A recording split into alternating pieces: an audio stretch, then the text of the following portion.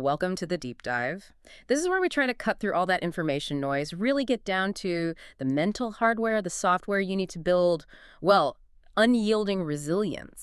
If you ever felt, like your own peace of mind is kind of held hostage by things outside your control, maybe it's the markets, maybe politics, maybe just the chaos of everyday life, then you definitely know that feeling, that need for a really solid internal operating system. And today we're taking a really deep journey into the core wisdom of Stoicism.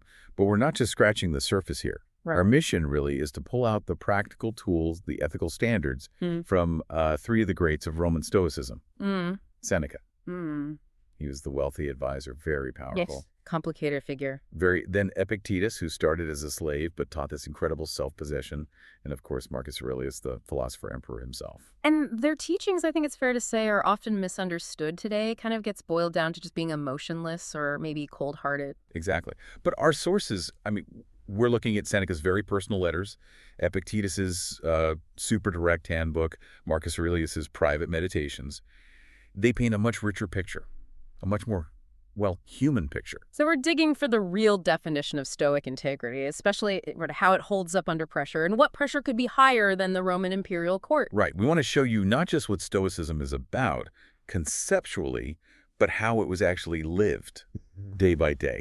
We'll get into what they saw as the real goal of a truly flourishing life, how they dealt systematically with tough emotions like anger, and crucially, why their philosophical commitments often put them on a collision course, sometimes a fatal one, with emperors. It really is a kind of intellectual survival manual, isn't it? You could definitely see it that way. Okay, so let's tackle that big myth first.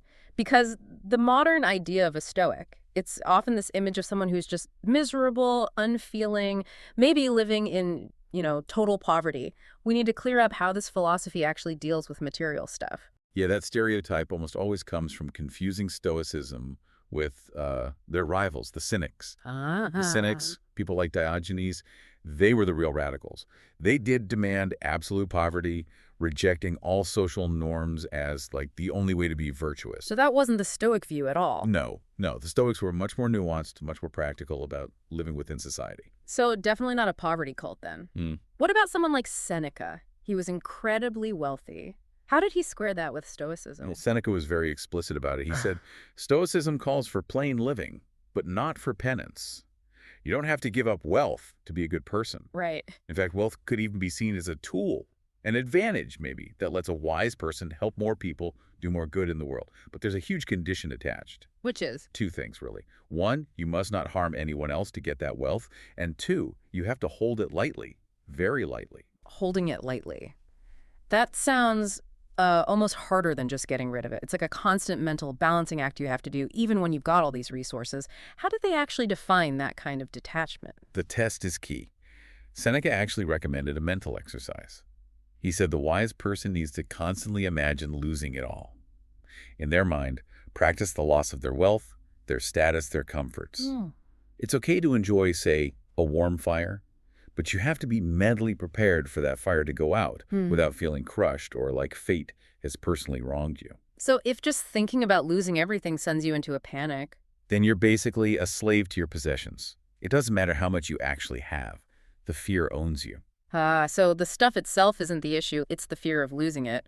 The truly wise person, then, can't really be ruined by external events, financially speaking. That's the idea. The wise man has to make sure his riches are his slave, serving his higher goals, his virtue, and never, ever his master telling him what to do or making him compromise his character. Seneca put it really clearly. He said something like, I shall despise riches alike when I have them and when I have them not. Okay. Being neither cast down if they shall lie elsewhere, nor puffed up if they shall glitter around me. It's that perfect indifference to whether you possess them or not. Okay, that makes sense. So if wealth is just, indifferent in the grand scheme of things, what are we actually aiming for? What's the ultimate goal, the sort of finished product of practicing Stoicism? The goal, the destination is Eudaimonia. Eudaimonia, which gets translated as happiness, but you hinted it's more than that. Oh, much more. It's not just feeling good. The Stoics meant something deeper, becoming virtuous, achieving the state of being a completed human being. Completed? How? Through the constant, rigorous development of your character, they called it armisist, and your rationality. your ability to reason well about life. That sounds pretty profound, almost like reaching a kind of ultimate human potential. It is. Seneca actually called this state the happy life. But think of it more like building an inner psychological fortress, one that gives you real human freedom, unbreakable tranquility, and a deep, lasting joy. Wow. Our sources even compare it sometimes to concepts like enlightenment or liberation that you find in, say, Eastern traditions. Basically, your inner state becomes totally immune to whatever the external world throws at you. Okay, to get that kind of immunity, the Stoics had to completely flip common values on their head, right? This is where that hierarchy of goods comes in, and it challenges almost everything we assume matters. Absolutely. This hierarchy is the real backbone of Stoic ethics. They argued, and this is radical, that the only thing in life that is truly intrinsically good is good judgment, the excellence of character that comes from practical wisdom. Just good judgment, that's it. That's the only true good, and conversely, the only thing that's truly bad is bad judgment, Yeah. vice, ignorance about how to live. Okay, hang on. If those are the only good and bad things, what about everything else, like health, wealth, your reputation, even your family? Everything else falls into the category of indifference. Indifference? Yeah. There are things like tools or circumstances or conditions. They don't have any inherent moral value in themselves. Now, we do divide these into preferred and dispreferred indifference, meaning all else being equal, we naturally prefer health over sickness, wealth over poverty, a good reputation over a bad one. These things align with our natural drive for survival and comfort. But, and this is the critical point, they are still indifferent when compared to virtue. So, Please. this leads to a really counterintuitive conclusion, doesn't it? A Stoic has to prioritize their character, their good judgment, over literally everything else, including, say, their own physical health or even maybe the health of people they love. That's exactly right. It's the radical core of their ethics, and it's what explains that iron stoicism we see later in Roman political life. Wow. The absolute rule is, you never compromise your character, the only true good, just to gain a preferred indifferent, like money or fame, or even to avoid a dispreferred indifferent, like pain or death. So sacrificing your integrity to get rich is actually a worse outcome than, say, losing all your money in a shipwreck. According to the Stoics, yes. Much worse, because you've damaged the only thing that truly matters, your own rational soul. The wise person has to be willing to face suffering, even death, rather than act unjustly or betray their principles. Okay, that sets an incredibly high standard. How do you even begin to apply that kind of framework in real life without just collapsing under the pressure? This is where Epictetus comes in, right? With the dichotomy of control, or ephemen. Yes, this principle is probably the single most practical, actionable piece of Stoicism you can find. Epictetus actually promised his students, he said, if you truly apply this dichotomy every single day, really internalize the difference between what's up to you and what isn't, your life will achieve a state of serenity, regardless of what's happening externally. So what exactly did he say is controllable? What's inside that inner fortress? What's controllable, fundamentally, is our volition, our prohairesis, that unique human capacity to choose how we use the impressions we receive, how we form our impulses, how we make judgments. So basically our choices, our reactions, our intentions. Exactly. It's your power to assent or not assent to an impression or an impulse. And Epictetus argued that this power, your core volition, is inherently free. It's naturally unhindered and unimpeded by anything outside of you. Nothing external can actually force your judgment. But hang on a sec. Doesn't this risk making people passive? If I look at something huge like, say, political corruption or climate change, and I decide, well, that's external, it's not up to me, doesn't that just become an excuse not to act? Isn't it just learned helplessness dressed up as philosophy? It's a really important question and a common misunderstanding. It forces us to be very precise about what Stoic action looks like. The Stoic isn't passive at all. They're just incredibly precise about where they invest their emotional energy. You absolutely have a duty, we'll talk about eikiosis later, to act justly, to work for the common good, to try and make things better. That action, that effort itself is controllable. That's virtuous. Ah, okay. What's uncontrollable is the final outcome. Whether the corrupt official actually gets removed, whether the policy you fight for gets passed. The Stoic focuses all their energy on the moral quality of their own effort, which is up to them. Right. And accepts the result, whatever it is, without frustration or despair, because the result was never fully in their control anyway. That's a really powerful distinction. Focus on the input, release the outcome. Right. So what are the main external things we need to practice detaching from? According to Epictetus, pretty much everything that is not your own volition. So your body, its health, its appearance, your reputation, what other people think of you, your possessions, your worldly success like promotions or status, and crucially, the behavior and judgments of other people. All external. All external, not up to us. Epictetus warned, really starkly, that if you tie your happiness, your inner peace, to any of these external things, you're essentially handing over control of your mind to forces outside yourself, to luck, to chance, to other people's whims. And that, he said, guarantees disappointment and frustration. And the most direct way he taught people to stop doing that was by mastering their judgments, especially about what he called first appearances. Yes, exactly. The mental discipline is, first, just state the objective fact. Then, deliberately withhold the added emotional interpretation or value judgment. Can you give an example? Sure. Let's say you get bad news, maybe an email saying a project you worked hard on has been canceled. The objective fact, the first appearance, is simply the project has been canceled. Okay. The judgment that causes the suffering is the immediate add-on. This is a complete disaster. My career is ruined. My boss clearly hates me. Yeah. That second part is the judgment, the interpretation, and that's what causes the emotional turmoil. Epictetus used a really poignant example about loss. He said, if your child is sick, the first step is just to state the fact. I see my child is sick. You must resist adding the value judgment. He might die, and that would be the worst possible thing imaginable. Because it's that additional judgment fueled by fear and attachment to something external that creates the anxiety. And that judgment needs to be rigorously examined and, if it's irrational, withdrawn.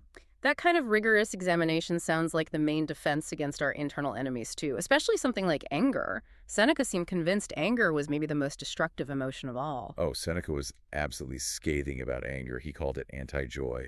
He literally said it was a short path to temporary madness. Wow. And what makes anger particularly nasty, according to Seneca, is how persistent it can be.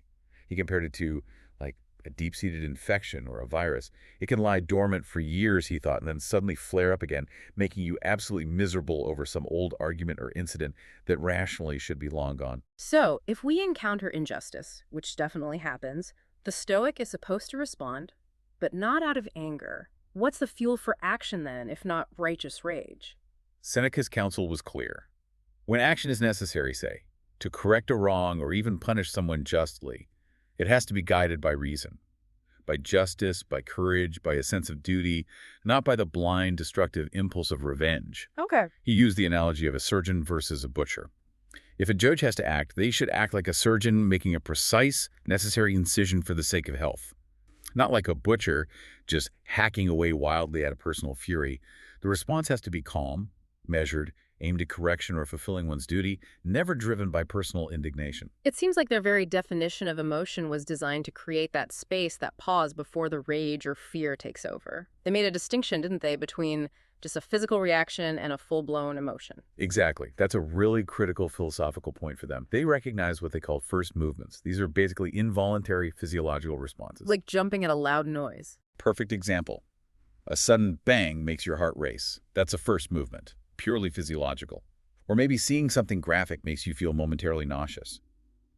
Those are natural reactions, not moral failings in themselves. But those only become emotions in the full sense when our mind gets involved, when we assent to them. Precisely. It requires the mind to step in and make a judgment like a terrible thing has just happened, and then, crucially, to assent to the impulse that follows that judgment. So the initial jolt of fear only becomes the actual emotion of fear when the mind judges the situation as truly terrifying and agrees to the impulse to run away? Exactly. Fear involves flight. And anger, they said, involves assaulted judgment that a serious wrong has occurred, combined with the assent to the impulse to attack or seek revenge. And because that assent, that agreement, is a function of our judgment, and our judgment is ultimately up to us, it means that all these full-blown emotions are, in principle, controllable. That really puts the responsibility squarely back on the individual shoulders, doesn't it? And this kind of daily self-management, it sounds like it needs constant attention, which brings us to those spiritual exercises they practiced. Absolutely. Stoicism isn't just a theory you read about, it's a regimen, a daily practice. Seneca famously wrote about his own habit of nightly self-examination. Right, after the lamp was put out. Yes, when it was quiet and dark.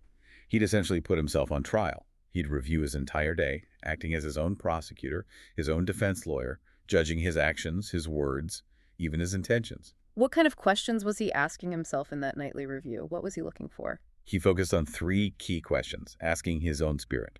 What bad habit of yours have you cured today? What vice have you checked? In what respect are you better?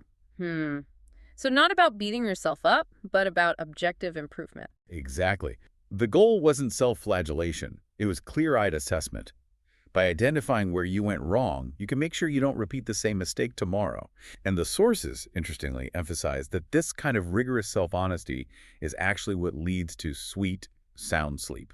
And Epictetus, being the great teacher he was, he used a different method, more interactive, the Socratic method, to force that kind of introspection on his students. Yes, Epictetus modeled his teaching on Socrates' Elenchus, that style of relentless questioning, cross-examination, designed to refute lazy assumptions. Right. He didn't just stand there and lecture on abstract principles. He would challenge his students' deeply held beliefs. Yeah. He'd expose the contradictions between what they claimed to value, like saying virtue is the highest good, and how they actually behaved, maybe obsessing over getting a promotion or buying fancier clothes. So the Elenchus wasn't just a chat, it was a tool designed to force a kind of radical self-confrontation. Absolutely.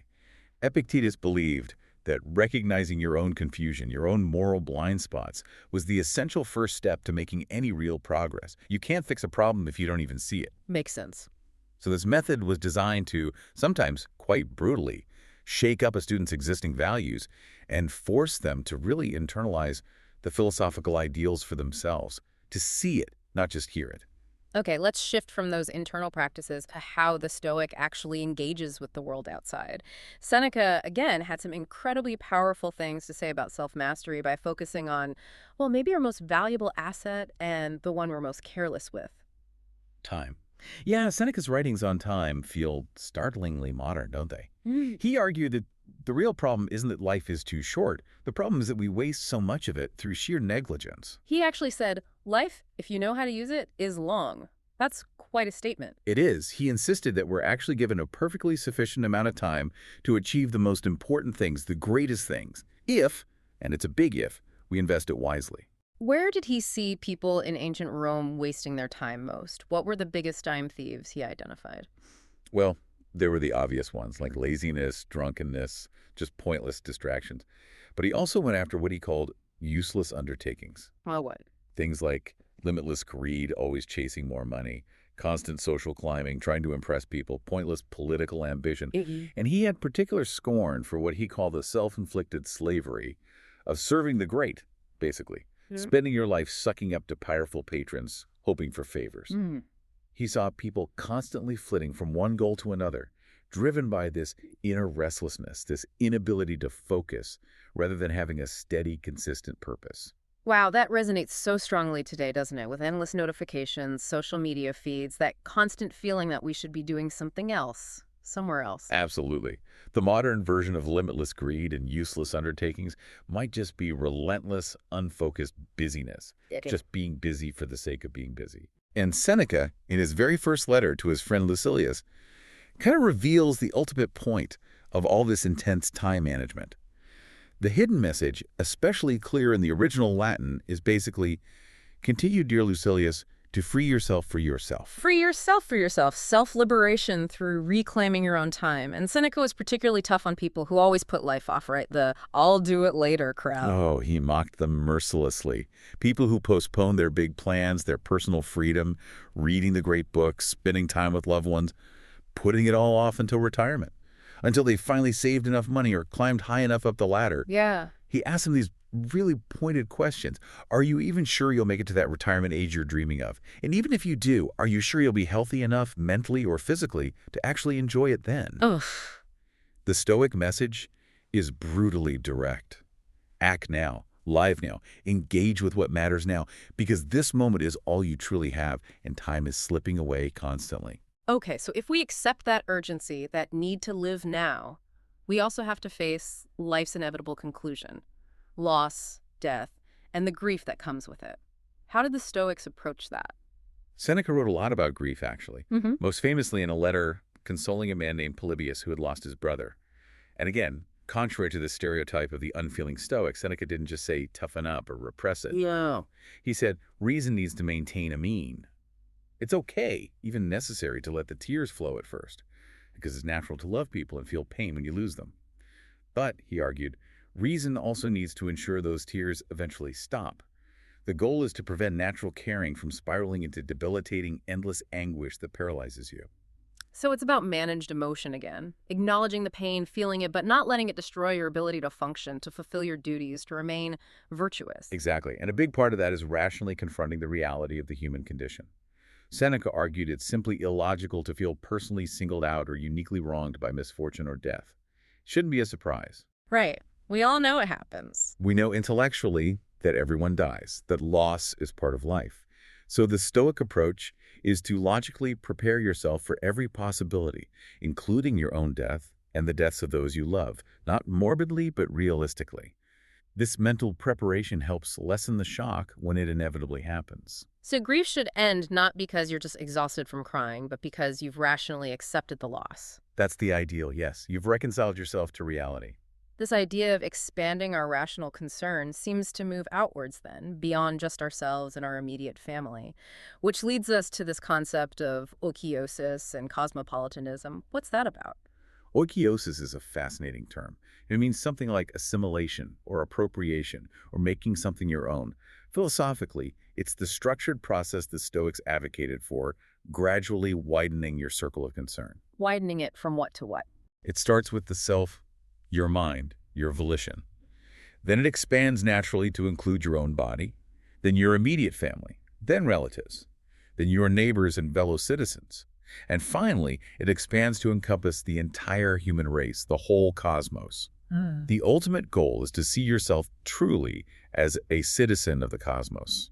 And didn't one philosopher, Heracles, have a visual way of thinking about this? Yes, Heracles offered this wonderful visualization. He pictured us at the center of a series of concentric circles. Okay. The innermost circle is the self. The next circle is immediate family, then more distant relatives, then neighbors, fellow citizens, people from other countries. And the outermost circle contains all of humanity. Right. And the ethical task of the wise person, Heracles said, isn't just to be aware of these outer circles. It's to actively try to pull the outer circles in toward the center, to sort of compress them. What does that mean, practically pulling them in? It means making a conscious, deliberate psychological effort to extend the same sense of kinship, warmth, and concern that you naturally feel for your own family, to eventually include strangers, people from different cultures, everyone. Wow, that's a demanding exercise in empathy. It is. It's an active practice of developing universal loyalty. And it's grounded in the core Stoic belief that all rational beings share a spark of the divine reason, the logos. So fundamentally, we're all connected, all part of the same human family. And this is how your sense of duty logically expands from just self-care to encompass public service and ultimately a responsibility for the well-being of all humankind. Okay, so the real stress test for this whole philosophy has to be how it actually played out under the intense, often brutal oppression of the Roman Empire. Let's start with Seneca, because his position was maybe the most compromised imaginable, being chief advisor to the Emperor Nero. Yeah, Seneca's life is just endlessly fascinating, but also deeply troubling, isn't it? It's a powerful case study in just how incredibly difficult it is to maintain absolute philosophical virtue when you're operating at the heart of an absolute monarchy. He was one of the richest men in Rome, trying to guide this young, increasingly unstable emperor. Right. And while his letters preach detachment and virtue, his actual career shows him constantly being forced into these really ethically murky situations just to stay in the game, just to keep his influence. He seemed caught in this loop of compromise. How did his actions clash with his own Stoic principles? Well, take his relationship with Nero's mother, the powerful Agrippina. To try and weaken her political grip on Nero, Seneca apparently resorted to some pretty shady maneuvers. Like what?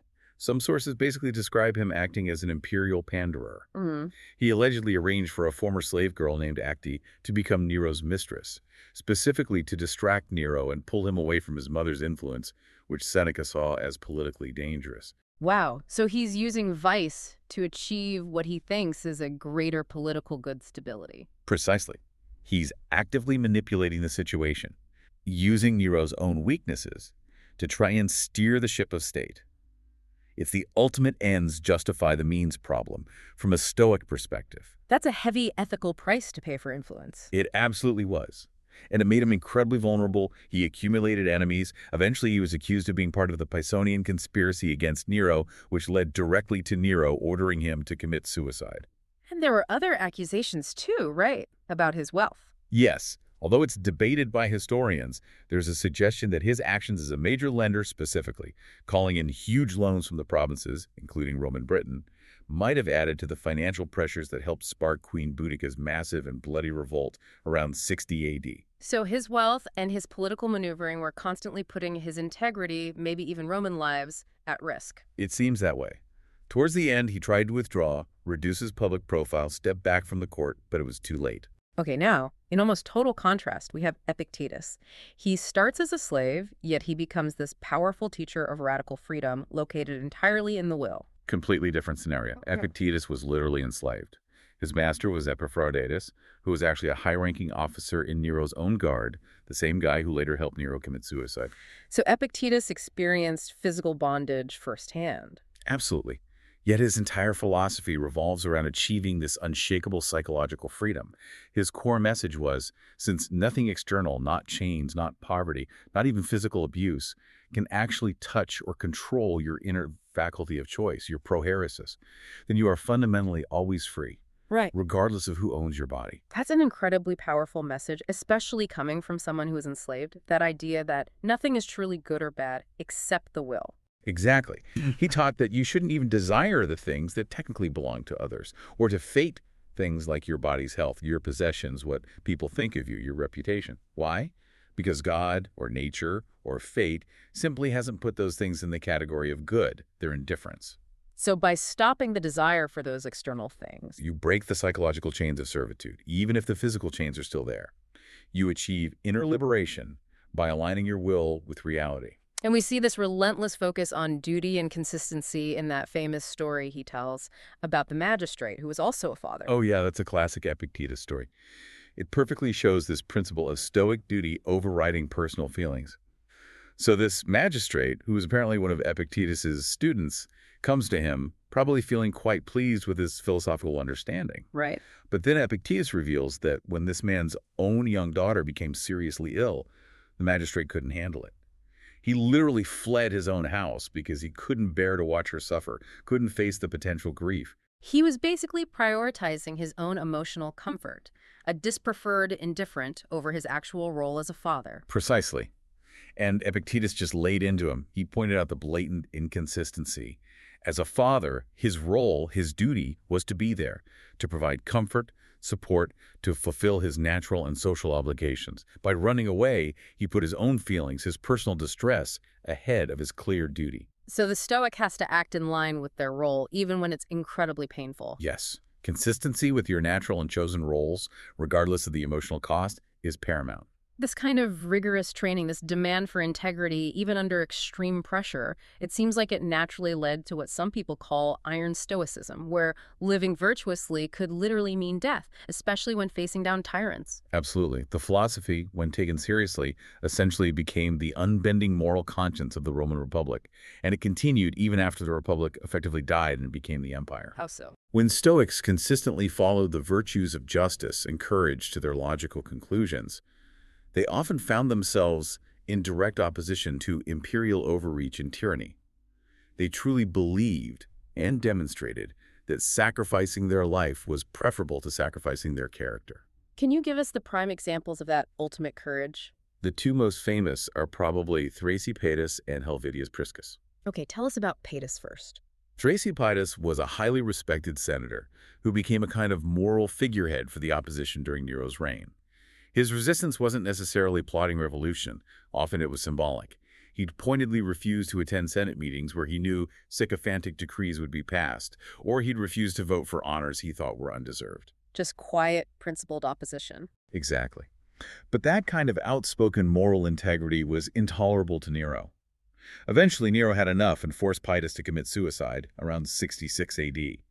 And the accounts say that Paetus faced his death calmly, even using his final moments to discuss philosophy, maybe reading Plato, deliberately showing that his mind, his volition, remained free even as his body was being destroyed. Wow. And Helvidius Priscus, he faced a different emperor, right? Vespasian. Yes. Priscus showed the same unyielding character under the emperor of Vespasian, who founded the next dynasty, the Flavians. Priscus saw Vespasian starting to encroach on the traditional rights and authority of the Senate. And he spoke out. He did more than speak out. He actively resisted, insisting on defending the Senate's prerogatives. He refused to just rubber stamp the emperor's wishes, even when he was explicitly warned, probably by Vespasian's allies, that his stubbornness would get him killed. He wouldn't back down. So he chose integrity over survival. Completely. Vespasian eventually had him executed. Priscus demonstrated through his actions that he valued his integrity, his good judgment, infinitely more than he valued his own continued existence, which was just a preferred indifferent. That's the Stoic hierarchy of goods applied in the most extreme circumstances imaginable. Okay, finally, let's look at Marcus Aurelius, the philosopher who actually became emperor. He had the unique challenge and burden of trying to live these principles from the very pinnacle of power. Marcus is unique, largely because his meditations were never meant for publication. They're essentially his private journal, his record of daily self-discipline, trying to apply these Stoic tools amidst the chaos of ruling a vast empire, fighting wars, dealing with plagues. Right. And one of his key methods was using role models. Yes, constantly. He would actively challenge himself in difficult situations by asking, what would Socrates do here? Or what would Zeno, the founder of Stoicism, do? Or he'd think about his own revered teachers like Rusticus and ask how they would have handled this particular frustration or temptation. So he was borrowing their strength in a way. Exactly, using their remembered virtue as a template for his own behavior. It was a practical technique for coping with the immense pressures of his position. He also seemed really preoccupied with the idea of psychological contamination, keeping his mind pure. Yes, that comes through so strongly in the meditations. He talks repeatedly about the need to keep his mind well-disciplined and purified, to keep it free from, as he put it, putrid, impure, or unsound opinions. Why was he so concerned about that? He seemed acutely aware of the subtle danger posed by constantly being surrounded by courtiers, by political maneuvering, by flattery. He famously wrote that just being around certain people, habitual association, could actually dye the mind. It could stain your thinking long before it led to any obvious bad action. Like absorbing negativity or bad values by osmosis? Precisely. He craved a kind of inner immunity. He seemed to believe that moral contamination was just as real and dangerous as a physical disease, like the plague that ravaged the empire during his reign. So his ultimate goal, running this massive empire, was to reach a state where, no matter what happened externally, his own inner life, his character, would never be found unfinished. That's a perfect way to put it. His driving aim was integrity, modesty, fidelity to duty, constancy, freedom from being jerked around by his own emotions or external events. He saw the Stoic path as the way, maybe not the easiest way, but the most reliable way to ensure that every word he spoke, every action he took was sound, reflecting a well-ordered, perfected volition, so that his life, whenever it ended, would be complete, ready. #outro. Wow, what a deep dive that was. I think we've really established that Stoicism, the real thing, isn't about just gritting your teeth and suppressing feelings. It's a radical, active, daily discipline, focused squarely on mastering what's truly within our power. Our internal judgments, our choices, our character. It's the ultimate toolkit, really, designed to liberate us from the constant disappointment and anxiety that comes from depending on things we simply can't control. And the payoff for all that hard, constant work. It's an internal currency. One that's infinitely more valuable, the Stoics argued, than any external prize like wealth or fame. It's fidelity to your principles, constancy in your actions, genuine tranquility, and above all, liberty. True inner freedom. You become, as Epictetus beautifully put it, a citizen of the cosmos, fundamentally untouchable by external fortune or misfortune. And we want to leave you, the listener, with the ultimate question that the Stoics demand you confront. This really is the final cost-benefit analysis that underpins everything we've talked about today. Epictetus asks quite simply, for what will you sell these things? He means, for what price will you sell your liberty, your tranquility, your freedom from fear? If you consistently protect your integrity, if you exercise your power of choice correctly, you become truly free. Maybe even, as he said, a friend of God. So think about that. What external prize, what job promotion, what social status, what amount of money, what fleeting pleasure are you truly willing to trade your inner freedom, your perfected volition for? That's the transaction. That's the deal the Stoics ask you to evaluate. Not just once in a lifetime, but constantly, every day in every choice you make. Something profound to ponder. Maybe try one of those exercises we discussed. Seneca's nightly review, perhaps. See what comes up. We hope you'll join us next time for another deep dive into the world of ideas.